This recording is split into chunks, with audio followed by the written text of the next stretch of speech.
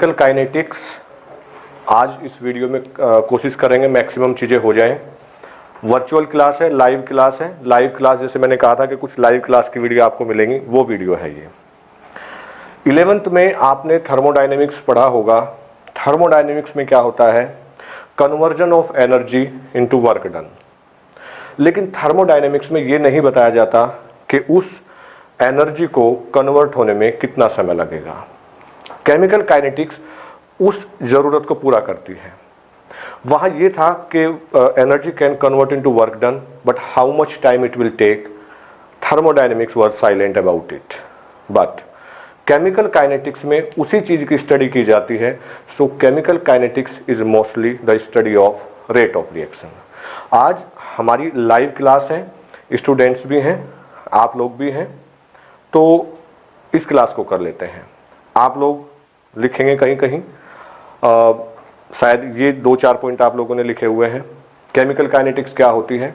Study of rate of reaction. So you can write chemical kinetics is the branch of chemistry which deals with the study of rate of reaction. अगर आप लोगों का लिखा हुआ कहीं छूट जाता है तो वीडियो का बार बार देख करके उसको नोट कर सकते हैं, ठीक है? ये फायदा होगा हमारा। तो इसमें मैंने कहा study of rate of reaction. Rate of reaction, तो अब क्वेश्चन ये उठता है कि रेट क्या होता है? रेट होता है कि आप कितने समय में कितने डिस्टेंस ट्रेवल करते हैं, जो मैथमेटिक्स में आप निकालते थे, बिल्कुल वही। यहां पर क्या होगा? यहां पर स्पीड होगी, जैसे reactant A convert into product P. So how much concentration of reactant A change into product in a given time. मान के चलते हैं कि ये 100 मोल रिएक्टेंट के हमने स्टार्टिंग में लिए जब ये जीरो था, मतलब रिएक्शन स्टार्ट ही नहीं हुई थी। आफ्टर 5 मिनट में ये यहाँ पर 80 रह गया। इसका मतलब क्या है कि 20 मोल इसके बन चुके हैं। तो रेट ऑफ कन्वर्जन क्या हुआ? 20/5 मिनट, दैट इज 4 मोल पर सेकेंड। दिस इज रेट, ऐसे निकालते हैं। तो rate of reaction is the change in concentration of reactant or product in a given time, that is called rate of reaction। एक छोटी सी reaction ले लेते हैं, जैसे N2 plus 3H2 give you 2NH3 plus Q amount of heat, Q calorie. तो इसको आप 10th class से पढ़ते हुए आ रहे हैं। हैबर प्रोसेस है। Haber process formation of ammonia, ammonia का फॉर्मेशन होता है और इसमें हेट्रोजीनियस कैटलिस्ट यूज होता है। तो उससे हमें कोई मतलब नहीं है, हमें मतलब ये है कि कितना रेट है इसका। मान के चलते हैं, हाँ, दूसरी बात ये कि इसका रेट लिखेंगे कैसे? सबसे बड़ी बात, रेट लिखेंगे कैसे? रेट को आर से डिनोट करते हैं। R is equal to minus change in the concentration of nitrogen in a given time. D का मतलब होता है बहुत छोटा change, small change, small change in the concentration of N2। तो स्क्वायर ब्रैकेट अगर आपको याद आ रहा हो तो ये इक्विलिब्रियम चैप्टर से एक्टिव मास को डिनोट करता है। एक्टिव मास का मतलब होता है कंसंट्रेशन। तो small change in the concentration of N2 in a given time, that is rate of, इसको बोलते हैं रेट ऑफ डिसअपियरेंस, क्योंकि रिएक्टेंट टाइम के साथ साथ डिसअपियर होता है और प्रोडक्ट बनता जाता है। जैसे जैसे टाइम बढ़ेगा रिएक्टेंट की कंसंट्रेशन घटेगी, प्रोडक्ट की कंसंट्रेशन बढ़ेगी, ऐसा होता है। इसके लिए कैसे लिखेंगे? -1/3 change in the concentration of DH2/dt। चूंकि ये भी रिएक्टेंट है, रिएक्टेंट की कंसंट्रेशन भी टाइम के साथ साथ डिक्रीज होती है, इसीलिए हम यहाँ पर नेगेटिव साइन यूज कर रहे हैं। लेकिन प्रोडक्ट की कंसंट्रेशन तो बढ़ेगी, दैट विल बी 1/2 DNH3/dt। ऐसे लिखेंगे इसको। देखिए, रिएक्टेंट में मैंने नेगेटिव यूज किया है, प्रोडक्ट में नहीं किया है, क्योंकि समय के साथ साथ प्रोडक्ट बढ़ेगा। जब रिएक्शन स्टार्ट होगी, यूं चलेगी, पहले 0 था, इसका 1 मोल 2 मोल 3 मोल बनेगा और जो बनेगा वो वापस भी आता जाएगा। रिवर्सिबल रिएक्शन है, वापस आता जाएगा। धीरे धीरे इसकी स्पीड स्लो होती जाएगी, जो फॉरवर्ड रिएक्शन है, और बैकवर्ड रिएक्शन की स्पीड धीरे धीरे बढ़ना स्टार्ट हो जाएगी। And after some times there will be a equilibrium. Equilibrium का मतलब ये कतई नहीं होता कि दोनों बराबर हो जाएं। एक्चुअली इक्विलिब्रियम ध्यान में आते ही हम मान के चलते हैं कि बैलेंस हो जाए वेट के हिसाब से, ऐसा नहीं होता है। इक्विलिब्रियम का मतलब होता है कि जब प्रोडक्ट की कंसंट्रेशन और रिएक्टेंट की कंसंट्रेशन दोनों का रेशियो कांस्टेंट हो जाता है। वो कांस्टेंट 20/80 भी हो सकता है, 1/4, वो 50/50 भी हो सकता है, वो 40/60 भी हो सकता है। इस पर डिपेंड करता है, क्योंकि कंसंट्रेशन को ऐसे नहीं, इक्विलिब्रियम को ऐसे नहीं देखा जाता। स्टेमिना की अगर बात करें तो एक 100 kg का व्यक्ति 40 kg 60 kg के व्यक्ति, तो 60 kg वाले में स्टेमिना ज्यादा हो सकता है एज कंपेयर टू 100 kg। तो वजन के हिसाब से तो रिएक्शन होती ही नहीं है। It was the method to write the rate of reaction. We can plot a graph for this. Suppose we are going to plot a graph between the concentration and time. Concentration और time में अगर हम graph plot करना चाहेंगे इसके लिए, तो हमें ऐसे स्लोप मिलेगा, ये वाला इस तरह का स्लोप आएगा। तो ये देखिए, ये टाइम के साथ साथ कंसंट्रेशन बढ़ रही है, तो ये क्या है, प्रोडक्ट है।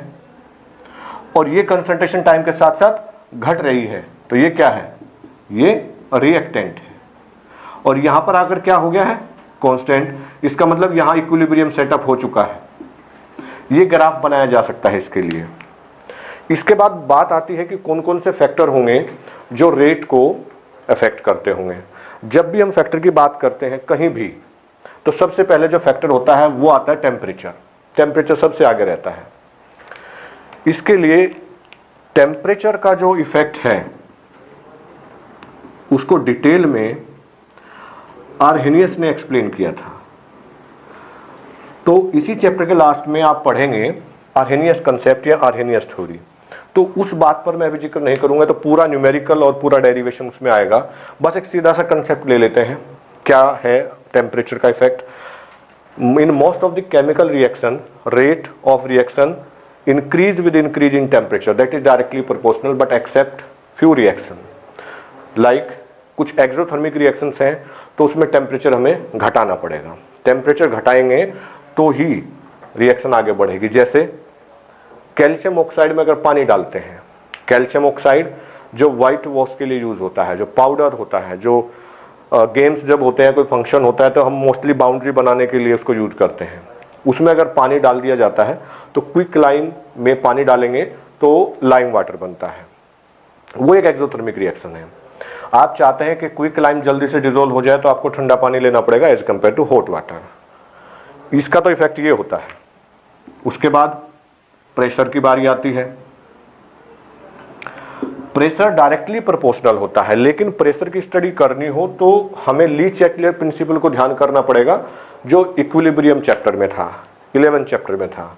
वो क्या कहता है, अगर कॉन्ट्रैक्शन हो रहा है मोल ऑफ प्रोडक्ट में, कॉन्ट्रैक्शन का मतलब होता है, देखिए रिएक्टेंट में यहाँ 1 है, यहाँ 3 है, रिएक्टेंट के 4 मोल आपस में रिएक्शन करते हैं और प्रोडक्ट के कितने मोल बनते हैं, सिर्फ 2 मोल बनते हैं। इसको क्या कहेंगे, कॉन्ट्रैक्शन कहेंगे। कुछ रिएक्शन में ऐसा होता है कि वहां एक्सपेंशन हो रहा होगा, तो जहां कॉन्ट्रैक्शन होता है वहां आपको कंटेनर का प्रेशर बढ़ाना पड़ेगा, तभी रिएक्शन फॉरवर्ड डायरेक्शन में मूव कर सकेगी। तो इसका डायरेक्टली प्रोपोर्शनल होता है प्रेशर। उसके बाद में आता है surface area, temperature, pressure, then surface area. Surface area भी डायरेक्टली प्रोपोर्शनल होता है रेट ऑफ रिएक्शन के। एक छोटा सा एग्जांपल हम ले लेते हैं, जैसे कि अगर हमें चाय, गर्म चाय है वो ठंडी करनी है, कप में ले लिया उसको, और दूसरे स्टूडेंट ने उसको प्लेट के अंदर लिया है, तो प्लेट के अंदर लेने से क्या होगा, एरिया बढ़ जाएगा। एरिया बढ़ जाएगा तो रेट ऑफ वेपोराइजेशन बढ़ेगा, वो जल्दी ठंडी हो जाएगी। इसलिए सरफेस एरिया। दूसरा एक और एग्जांपल केमिकल में ले सकते हैं रिएक्शन में। 10th में एक एक्सपेरिमेंट किया होगा आपने, ग्रेनुलेटेड जिंक को हाइड्रोजन के H2SO4 में डालते हैं, कौन सी गैस रिलीज होती है, Zn+ H2SO4, क्या निकलता है, H2 gas, hydrogen gas release होती है। हाइड्रोजन गैस रिलीज होती है जो पॉप साउंड के साथ में बर्न होती है। तो अगर ग्रेनुलेटेड ना लूं मैं, उस पाउडर, उस जिंक को ब्रेक कर देता हूं स्मॉल स्मॉल पार्टिकल में, नाउ द क्वेश्चन इज कि गैस ज्यादा निकलेगी या कम निकलेगी, कम निकलेगी। एरिया कम हो गया है, पाउडर फॉर्म में आने से एरिया कम हो जाता है।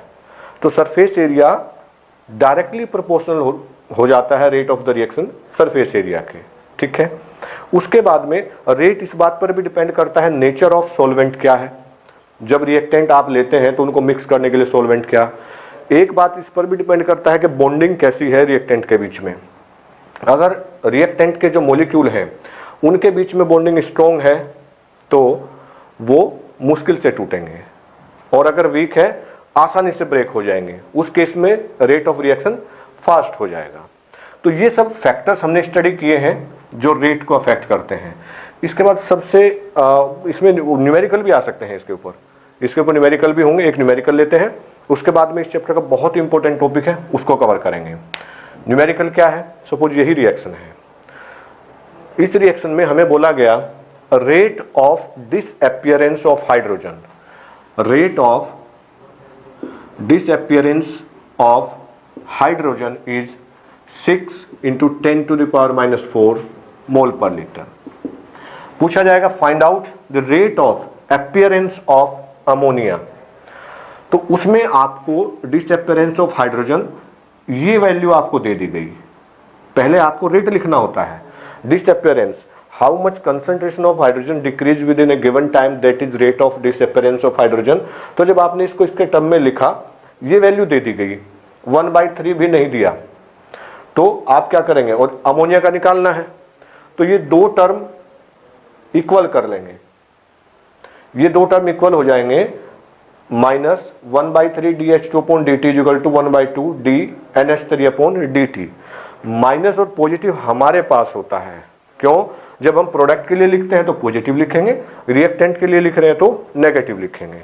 तो क्या हो जाएगा? ये हो जाएगा 3/2, और यहाँ पर सॉरी इधर ले आते हैं 2/3, और इसकी वैल्यू कितनी है? 6 × 10⁻⁴। 6 काटेंगे कितना आ जाएगा? 2 × 10⁻⁴। 2 पहले से था, आपका आंसर आएगा 4 × 10⁻⁴ मोल पर लीटर। ऐसे इसका भी पूछा जा सकता था। तो बड़ा आसान सा न्यूमेरिकल बनेगा, बहुत छोटा सा न्यूमेरिकल। इसके बाद जो इंपॉर्टेंट क्वेश्चन की मैं बात कर रहा हूं वो क्या है? वो क्वेश्चन है order of reaction and molecularity. क्या होता है order of reaction? Order of reaction होता है, लिख लेंगे दोनों तरफ, हेडिंग लिख लीजिए आप लोग भी, ऑर्डर ऑफ रिएक्शन और दूसरी तरफ मोलिकुलरिटी। इसको ठीक से एक्सप्लेन करेंगे, इसके बाद में डेरिवेशन, फिर कुछ न्यूमेरिकल्स। ऑर्डर ऑफ रिएक्शन,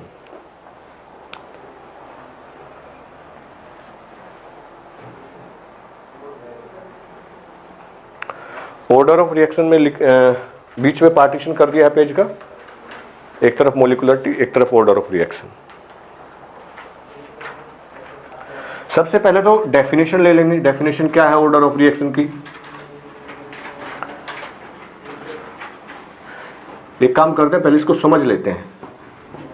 समझना ये है, हम जितने भी यहां हैं इस क्लासरूम के अंदर, that is called molecularity including me, यानी कि total number of molecule which take part in a chemical reaction, that is called molecularity. लेकिन उस रिएक्शन का रेट जिन मोलिक्यूल की कंसंट्रेशन पर डिपेंड करता है, that is called order of reaction. हो सकता है कुछ स्टूडेंट अभी थके हुए हों, पूरा इन्वॉल्व ना हो यहाँ पर, किसी के मन में मूवी चल रही होगी, किसी के मन में पंजाबी गाना चल रहा होगा, आजकल कौन सा चल रहा है? लौंग लच्छी, है ना? तो वो क्या है, वो पूरा कंट्रीब्यूशन नहीं दे पा रहे हैं अपना, तो वो क्या हो गया? Order of reaction. क्योंकि रेट कितना निकलेगा इस क्लास से वो डिपेंड करता है कंसंट्रेशन पे, और जरूरी है, मतलब जरूरी नहीं है कि जो मोलिकुलरिटी होगा उतना ही ऑर्डर ऑफ रिएक्शन भी हो, मोस्टली थोड़ा कम होता है। दूसरी बात, ऑर्डर ऑफ रिएक्शन फ्रैक्शन में हो सकता है, मोलिकुलरिटी नहीं। मतलब आप 50% यहां हो सकते हो, 50% माइंड कहीं और हो सकता है। Sometimes you are unable to give your 100%। तो ऐसा होता है कि नहीं सर 4 क्वेश्चन समझाए और 2 समझ में आ गए, तो 50% हो गया आपका ratio. This is order of reaction. Molecularity क्या होते हैं? या तो आप यहाँ हो या आप घर पर हो। ऐसा नहीं होता कि आधे यहाँ आ गए, अरे भाई हाथ कहाँ छोड़ के आ गया आज अपना, ऐसा नहीं हो सकता। या ये प्रॉब्लम थी सर आज पेट में दर्द था, पेट को घर पे छोड़ के आ गया आज तो हम, ऐसा नहीं होता है। इफ यू आर हियर और you are absent then you are 0, ये होता है। दूसरी बात, मोलिकुलरिटी को मैं चेंज नहीं कर सकता। आप एक हैं, एक ही काउंट होंगे। जो मोलिक्यूल दो होते हैं वो दो ही काउंट होंगे, लेकिन order of reaction can be change. अगर मैं बोल देता हूं कि आज तो हम मूवी देखने चलेंगे सब पूरी क्लास, तो अगर किसी को बुखार है तो भी दवाई लेके आ जाएगा। और अगर आज बोले कि टेस्ट होगा तो दो चार को, अगर परसों टेस्ट डिक्लेयर किया जाए, वैसे हम लोगों का टेस्ट है संडे को, तो बुखार भी हो सकता है किसी को, तो वो order of reaction can be change but molecularity can never B change. यही हुआ ना। तो कितना आसान है इसको समझना, ऑर्डर क्या होता है, मोलिकुलरिटी क्या होता है। यहां मैं पॉइंट वाइज लिखता हूं, आप उसको फिर बाद में नोट कर लेंगे। एक तरफ ऑर्डर ऑफ रिएक्शन, इसकी प्रॉपर डेफिनेशन क्या होगी वो देखेंगे। दूसरी तरफ मोलिकुलरिटी। हिंदी मीडियम तो नहीं है हम में से कोई? हिंदी में चूंकि हमारी वीडियो हिंदी में भी आती है, तो इसको बोलते हैं अभिक्रिया की कोटि, इसको बोलते हैं आणविकता। अभिक्रिया की कोटि वो होती है जिनकी कंसंट्रेशन, जिनकी सांद्रता पर उस अभिक्रिया की दर निर्भर करती है, उसको बोलते हैं अभिक्रिया की कोटि। और आणविकता होती है जितने भी मॉलिक्यूल्स उसके अंदर पार्टिसिपेट कर रहे हैं रिएक्शन के अंदर, उसको बोलते हैं आणविकता। ठीक है, इसकी डेफिनेशन क्या होगी? It is the sum of powers of concentration of reactant in term of rate, और इसका होता है it is total number of reactant और molecules which take part in chemical reaction। अगर किसी रिएक्शन का जब आप रेट लिखते हो इज इक्वल टू के ए की पावर 3/2 बी, इस तरीके से हो गया, तो ऑर्डर ऑफ रिएक्शन क्या होगा? तो उसका ऑर्डर ऑफ रिएक्शन हो जाएगा 1 + 3/2। ये भी मुझे सिखाना है अभी आपको। वैसे लॉ ऑफ मास एक्शन याद अगर है आपको, law of mass action given by Goldberg and Waage in 1896, it was in your equilibrium chapter। वो कहता था किसी भी रिएक्शन का जो रेट होता है वो रिएक्टेंट की कंसंट्रेशन पर डिपेंड करता है। Rate of reaction is directly proportional to the concentration of reactant. तो जैसे यही लिखा था हमने N2 + 3H2। जब ये रिएक्टेंट है, फॉरवर्ड डायरेक्शन में जब हम मूव करते हैं, तो इसके लिए हम लिखते थे, अगर आपको कुछ याद हो, RF directly proportional to the concentration of N2 and H2 की पावर 3। जब रिएक्शन वापिस आती है, यहां पर क्या बन चुका है? 2NH3। जब रिएक्शन वापिस आती है उसको बोलते हैं बैकवर्ड रिएक्शन। अभी क्या था ये? Forward reaction. जब बैकवर्ड रिएक्शन में आते हैं तो RB directly proportional to the concentration of NH3 की पावर 2, ये होता था ना। और जब हम इक्विलिब्रियम कांस्टेंट लिखते थे, R = क्या होता था? वो होता था प्रोडक्ट की कंसंट्रेशन के directly and inversely proportional to the concentration of reactant. तो ये आप मोस्टली लिखते थे NH3 की पावर 2/N2 एंड H2 की पावर 3। तो ये जो पावर आप लिख रहे हो, इस पावर का मतलब ये है 3 मॉलिक्यूल NH3 के हैं, 2, तो दोनों ही मॉलिक्यूल उस रिएक्शन में अपना 100% दे रहे हैं, इसीलिए हम उसको पावर में लिखते हैं। ऐसा भी हो सकता है कि वो अपना 100% ना दे, तो वो हम रेट निकाल करके, चूंकि आगे क्वेश्चन आएगा, फाइंड आउट द मेथड, जो मेथड्स हैं to find out the rate of reaction, उससे हम मेजर करेंगे। तो जो पावर बनेगी ना, उन पावर का sum, that is called order of reaction. Molecularity is the total number of, either it is involved in the rate formation or not. Second thing, order of reaction में भी 0। कई बार ऐसा हो सकता है कि ऐसा टॉपिक आ गया कि आपके पल्ले ही ना पड़े, in that case order is 0, लेकिन मोलिकुलरिटी तो नहीं, काउंटिंग तो आपकी हो ही रही है, तो ये 0 हो सकता है, मोलिकुलरिटी कभी भी 0 नहीं हो सकता। इसको चेंज किया जा सकता है, अभी मैंने एग्जांपल दिया था, अगर कुछ टेम्परेचर से चेंज कर सकते हैं, प्रेशर से कर सकते हैं, आपकी क्लास का मैंने एग्जांपल दिया था। तो this is order of reaction which can be change, it will never change, ये चेंज नहीं हो सकता। It can be in fraction, it can never be in fraction, whole number is क्या है। जीरो ऑर्डर होता है जब किसी भी रिएक्शन का रेट इंडिपेंडेंट होता है। इंडिपेंडेंट मतलब जैसे आप अपनी लाइफ को फ्री छोड़ देते हो, मन किया सो गए, मन किया खा लिए, मन किया नहा लिए। तो गर्मी में तो नहाना कंपलसरी है, नहा के तो आए होंगे ना सब लोग, ठीक है। कौन बोल रहा है नहा के आई हो, ठीक है। जो बोलता है उसे डाउट होता है।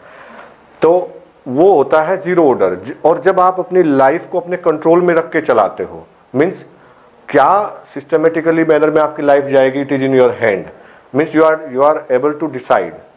तो जब किसी रिएक्शन में जो रेट है वो इंडिपेंडेंट है, किसी पे डिपेंड नहीं करता है, दैट इज जीरो ऑर्डर। तो उसके लिए लिखा जाएगा आर इज इक्वल टू के ए की पावर जीरो, ए की पावर जीरो, क्योंकि ऑर्डर क्या होता है, पावर का सम होता है, जीरो ऑर्डर हो गया। और फर्स्ट ऑर्डर के लिए क्या लिखा जाएगा, आर इज इक्वल टू के ए, ऐसे लिखा जाएगा। तो यहां बहुत इंपॉर्टेंट क्वेश्चन बनेगा अब, rate constant for first order reaction. आप भी नोट कर लीजिए, हेडिंग डालिए, rate constant for first order reaction. इस डेरिवेशन को करेंगे। मान के चलते हैं reactant A convert into product P. When the concentration of A was small A, it was zero. कब, जब टाइम जीरो था। इस चैप्टर में एक बात का ध्यान रखना है, कैपिटल टी का मतलब होगा यहां पर टेम्परेचर और स्मॉल टी का मतलब होगा टाइम। कभी भी कंफ्यूज नहीं होना इसमें, ये ध्यान रखना है। After time T it become a minus X. इसका मतलब क्या है, ये कितना बन चुका है, X. According to law of mass action, ये कहता है rate of reaction is directly proportional to the concentration of reactant, ठीक है ना। और रेट क्या होता है, change in concentration in a given time. कितना चेंज हुआ इसकी कंसंट्रेशन में, dx, small change in the concentration small time, यही हुआ है ना। r is equal to dx by dt और r is equal to a minus X, ये उसने कहा कि इसकी कंसंट्रेशन का डायरेक्टली प्रोपोर्शनल है, ठीक है। तो इसका मतलब हो गया dx upon dt directly proportional to a minus X. We can write here dx upon dt directly proportional to a minus X. क्या करते हैं, x वाले टर्म को एक साइड में ले आइए, dx upon a minus X is equal to k dt। k क्या है, कांस्टेंट। यहां तक मैंने कुछ स्पेशल नहीं किया जो समझ में ना आने वाला हो। मैंने लिखा है आर, ये पहले भी लिख चुका हूं, change in concentration upon change in time. और ये किसने कहा, लॉ ऑफ मास एक्शन ने, R directly proportional to A minus X, ठीक है। तो दोनों term R H S equal होंगे और वहां पर एक कांस्टेंट ले लिया, एक्स वाले टर्म एक तरफ करके इंटीग्रेशन कर दीजिए इसका।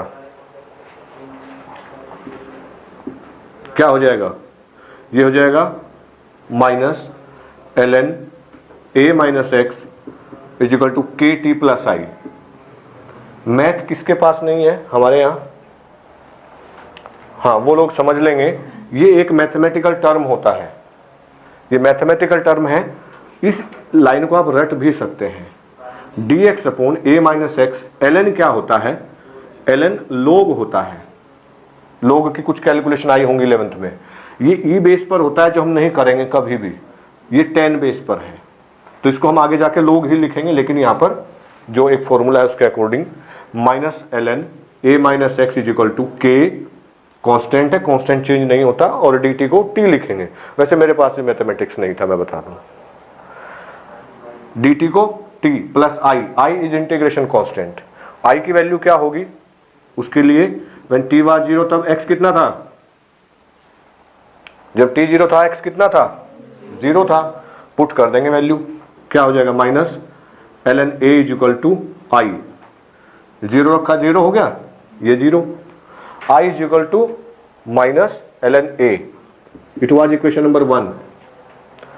Put the value of i in equation 1, that is minus ln a minus X is equal to K T minus ln a।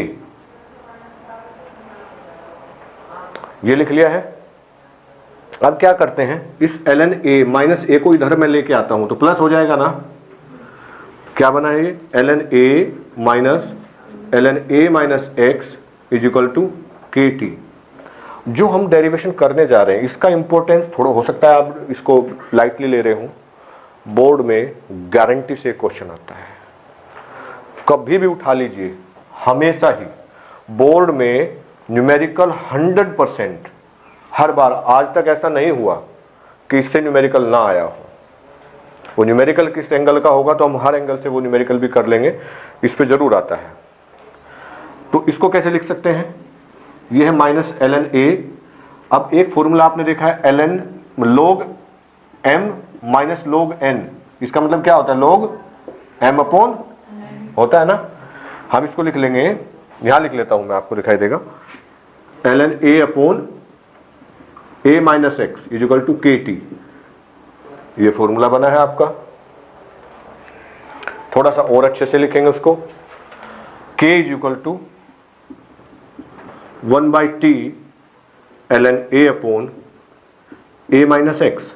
लेकिन चूंकि ln पे मैंने कहा हमें काम ही नहीं करना है, तो ln को log के टर्म में जब लिखेंगे तो फॉर्मूला बन जाएगा आपका k is equal to 2.303 upon t log a upon a minus x.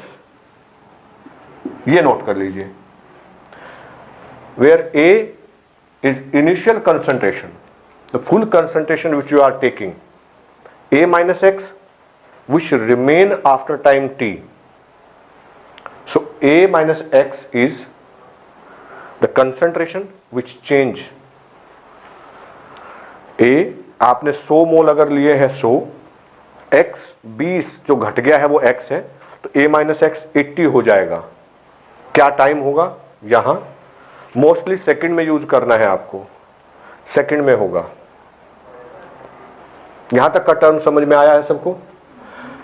हाँ हाँ, तो जो पर मैं dx का इंटीग्रेशन किया वो dx कहां गया फिर? कौन से वाला? ऊपर जब इंटीग्रेशन स्टार्ट किया ये वाला, नहीं, इसके नीचे। ये इसका यही होता है formula, dx upon a minus X is equal to ये, वो ऐसे थोड़े लिखा जाएगा। और जो r direct proportional to a minus x है उसके नीचे dt नहीं आएगा? नहीं, वो तो लॉ ऑफ मास एक्शन क्या कहता है, वो कहता है जो रिएक्टेंट है उसकी कंसंट्रेशन के डायरेक्टली प्रोपोर्शनल होता है, टाइम का जिक्र नहीं।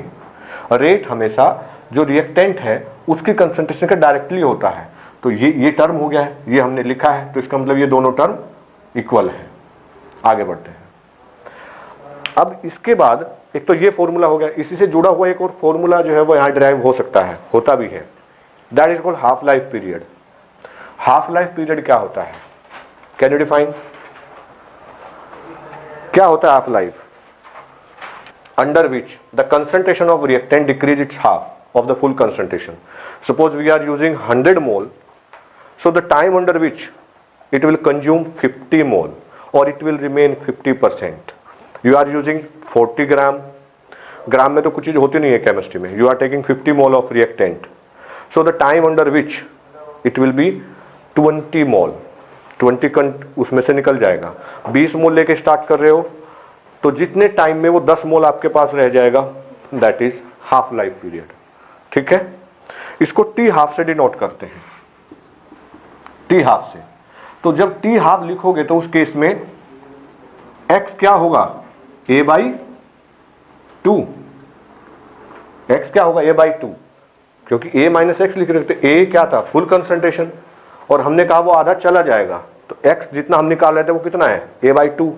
तो उसी फॉर्मूले में जो आपने लिखा था k is equal to 2.303 upon T log a upon a minus X, ये वैल्यू पुट कर देंगे, k is equal to 2.303 upon T half log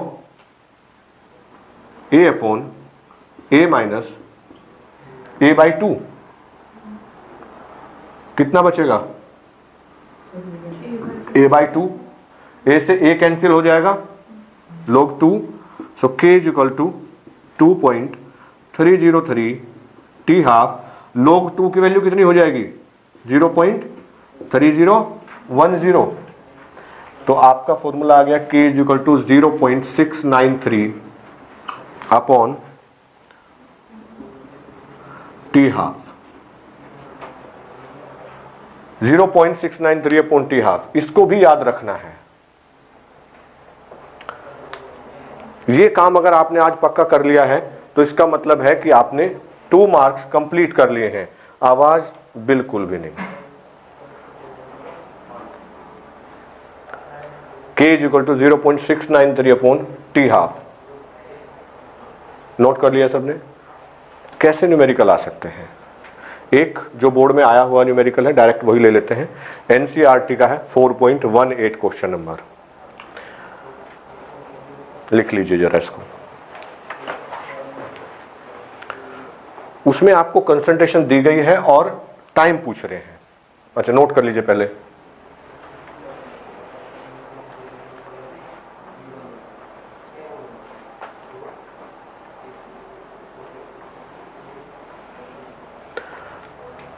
question है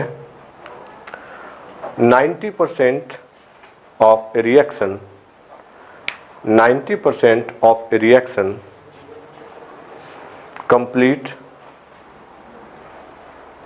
इन t सेकेंड। मैंने थोड़ा सा मॉडिफाइड किया उस क्वेश्चन को ताकि आप उसको देख के दोबारा से कर सकें। 90% of a reaction complete in t second. How much time it will take, how much time it will take to complete 99%? How much time it will take to complete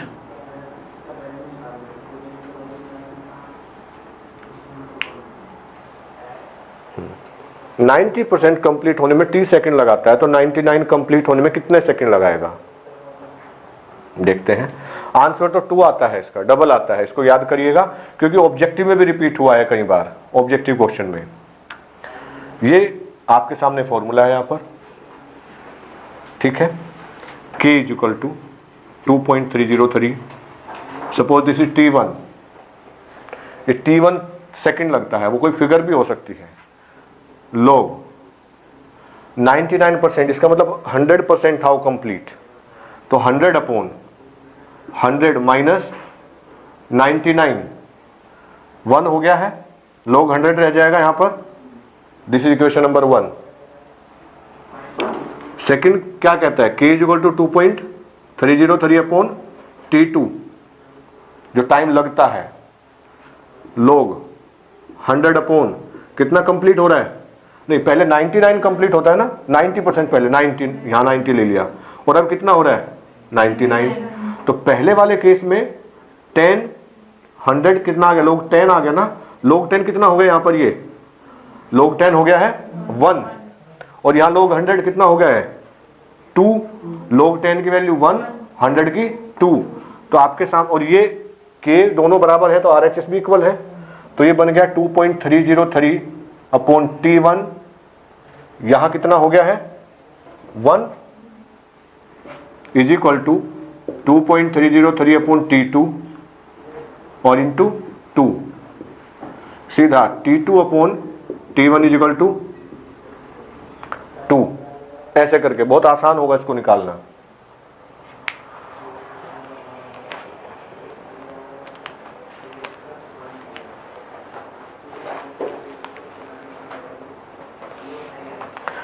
ऐसे करना है।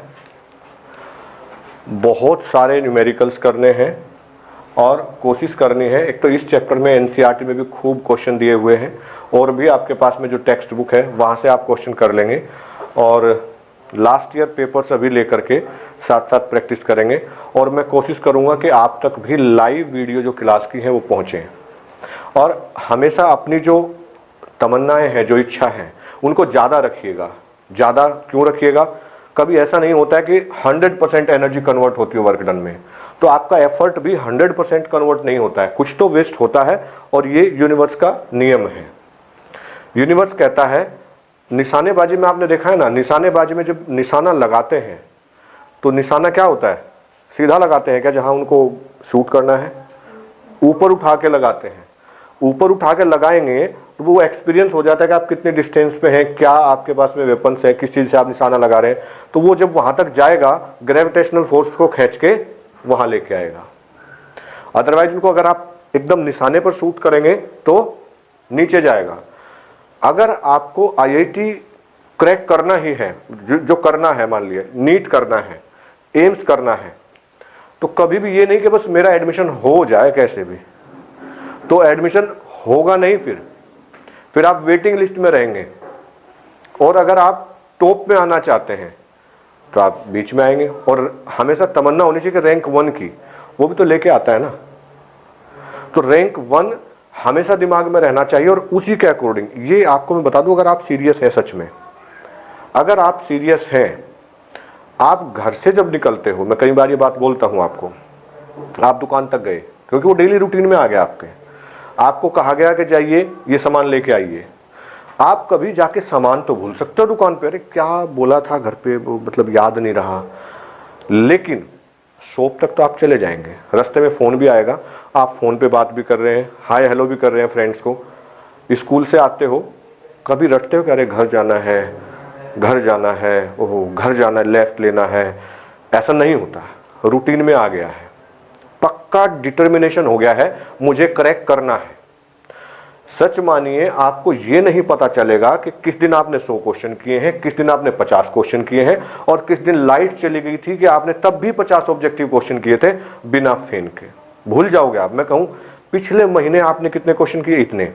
कंफर्टेबल जोन में थे, एक दिन light भी चली गई थी, मुझे नहीं पता सर, होश ही नहीं रहता है सच में। इस साल जो बच्चों ने टॉप किया है उनकी भी यही हालत है, लास्ट दिन तक वो प्रैक्टिस करने आते रहे, और कुछ जो रिवाइज करके घर पे बैठ गए कि हमारा तो सिलेबस कंप्लीट है, हम तो कर लेंगे, रिक्वेस्ट करने के बाद भी वो नहीं आए। उनका परिणाम ये हुआ कि जिसको हम ये सोच के बैठे थे कि वो इस रैंक पे होगा, वो उससे नीचे चला गया। और एक स्टूडेंट जिसकी मैं सोच भी नहीं सकता था, मैंने फोटो भी आप लोगों को दिखाया था, वो मैं मान के चल रहा था कि वो इस रेंज पे आएगा, और उसने बहुत बढ़िया किया है, बहुत बढ़िया किया है। और जिसको हम 100 में से 100 मान के चल रहे थे, 1 नंबर चला गया उसका, और खूब प्रैक्टिस। तो वही आपके साथ है कि ये जो ईयर है और आपके साथ भी है, क्योंकि आप भी, मैं मान के चल रहा हूं कि यहीं बैठे हुए हैं, और मैं आपको आगे से मोस्टली, अगर आप मुझे ही फॉलो करें, कुछ बच्चे जो कहते हैं कि फ़ोन आते कि हम सर आपको फॉलो करते हैं, तो मेरी बातों को भी आप फॉलो करें। ये सच बात है जो मैं आपको बता रहा हूँ। हम क्या बोलते हैं मोस्टली इंडियन, कि बस दाल रोटी का काम हो जाए। घरों में कहावत क्या है, अरे क्या है, गुजारा हो जाए बस। तो सच में ना गुजारा ही होता है हमारा। और अगर हमें कहते हैं कि दाल रोटी चल जाए बस, तो मखनी दाल कभी नहीं मिलती, दाल रोटी मिलती है, मक्खन भी नहीं मिलता है। बड़ी बड़ी चीजों की मांग करोगे तो कुछ मिलेगा ना। हम मांगते ही कम है। व्हाट आई वांट टू से, निशानेबाजी ने, अगर वो सीधा हो तो नहीं करता तो डाउन जाता, वो उसने भी ज्यादा मांगा ना। कुछ भी अपनी लाइफ में देखिए, 80 मार्क्स का काम करके आए हो, कौन बच्चा है जिसका 80 आया हो? नहीं आता। 85 बोलोगे तो 80 आएगा, 75 आएगा। अगर आपने 90 सोच लिया होता और यहां लिख लेता 85 आना चाहिए, तो मुझे 95 लेके आना है, तो बात बनेगी, नहीं तो बात नहीं बनेगी। तो बहुत मेहनत करनी है, और कई सारी चीजें मैं बताऊंगा आपको।